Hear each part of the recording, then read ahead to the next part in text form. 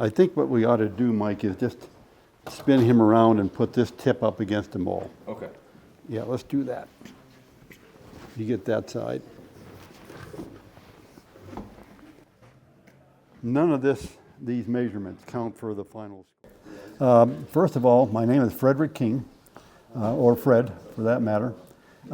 Jennifer and I live in Gallatin Gateway, just about 11 miles southwest of Bozeman here. And right now I'm retired. I retired from Montana Fish, Wildlife, and Parks back in 2009. That ended a 41-year career with the Wildlife Division with Fish, Wildlife, and Parks. My bureaucratic title was Wildlife Area Manager. Here on the bottom end of the burr, in the middle of the outside of the rack. So the way you determine the middle of the outside of the rack is that you stand over here and you make that side disappear with this side, and then anything that faces you is the outside of the rack. I've been an official measurer since 1984. That was my first year. And so in 2024, that's 40 years of measuring trophies. And it's been a great involvement, it truly has. And you can get the most accurate measurement you possibly can. Well, part of my job was dealing with hunters and fishermen and and those kind of folks, my kind of people. There was an opportunity that came up here in 1984 for agency people to become official measurers, and I put my hat in the ring right away and became an official measurer after going through a weeks-long school and to learn how to measure and score North American big game. Okay, 52 and 5/8. That's good.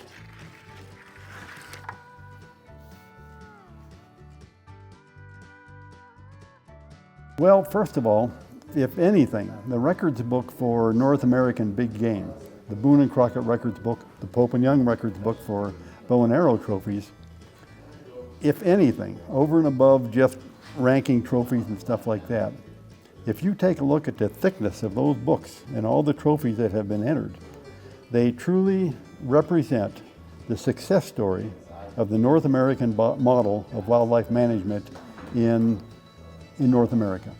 And for that reason alone, it's good to have those trophies come into the book.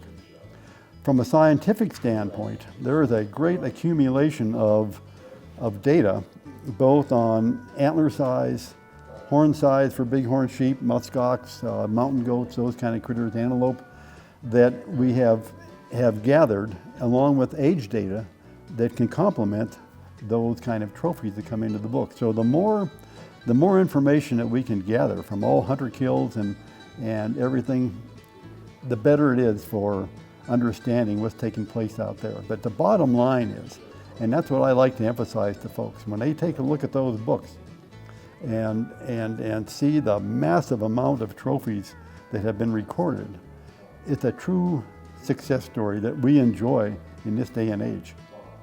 Absolutely. You just get it right to the edge of right about there. Okay? Yep. That's going to be it. That's going to be 49, 50, 51, 52, 52 and 7/8.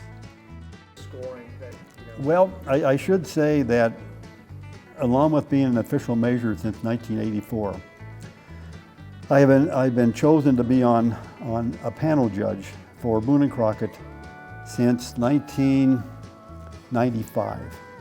And I've been on every panel, every 3 years I've been on every panel since that time. That is where you see the biggest of the big, because that's where we panel judge potential world records or those animals that fall into the top 5 for that 3-year time period. So if you're dealing with world record kind of stuff, I've handled it in every category. That is a wow factor in itself. But there are trophies that stand out to me that don't make a world record. Some that I've measured, in fact, most of the trophies that I measure don't even make the book. But they're still trophies to the owner. You know, for example, a hunter, a 12-year-old hunter that shoots his first elk, or mule deer, or white-tailed deer, and the father usually wants me to measure it. To me, that is just a tremendous trophy.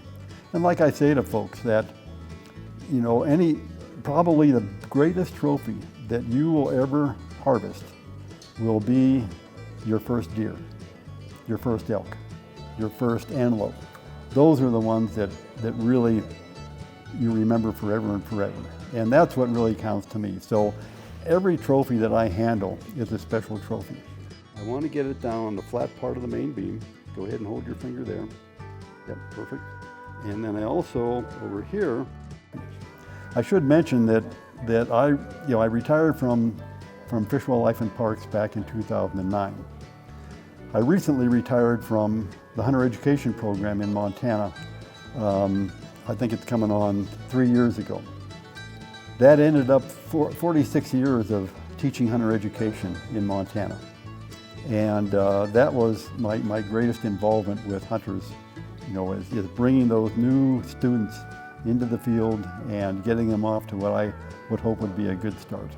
And, you know, so my involvement with wildlife and hunting and hunters and shooting and everything is, you know, runs the full gamut of what you'd ever want to be involved with. You know, all the way I have taken students from my class all the way through their first year of hunting.